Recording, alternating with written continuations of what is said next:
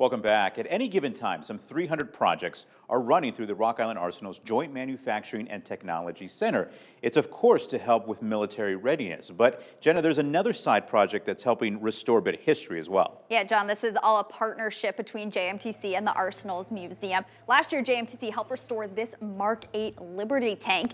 And when there was funds left over, the museum had another restoration project in mind. It's a story you'll only see on News 8. The Rock Island Arsenal is full of pieces of history. This is actually serial number 1. It was the very first production rifle that came off the line. You don't have to look very far in the museum to find it.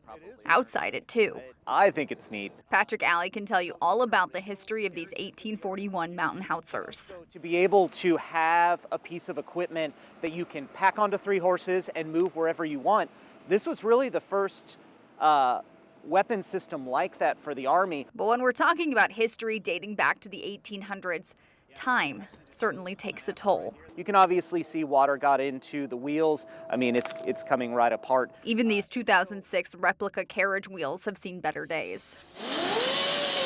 That's where the Arsenal's Joint Manufacturing Technology Center team comes in. We were able to go and get the dimensions from the wheels that were in place and bring those dimensions in-house and do a 3D print for molds to replace them. Silas Gambleton is the foundry supervisor. We've done this basically in just one part. Recreating history is like a puzzle.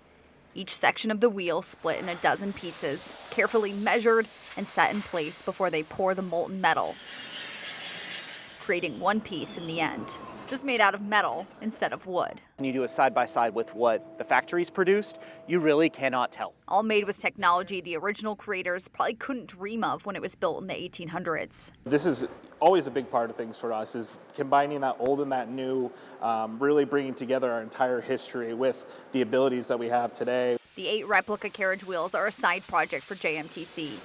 Most of its time spent in the foundry making products for the Army's war fighters, including the howitzers used today. Give you a feeling of just being a part of something that's bigger than yourself. Having displays of historic items, whether they be reproduction or original, is incredibly important because it roots us in our history.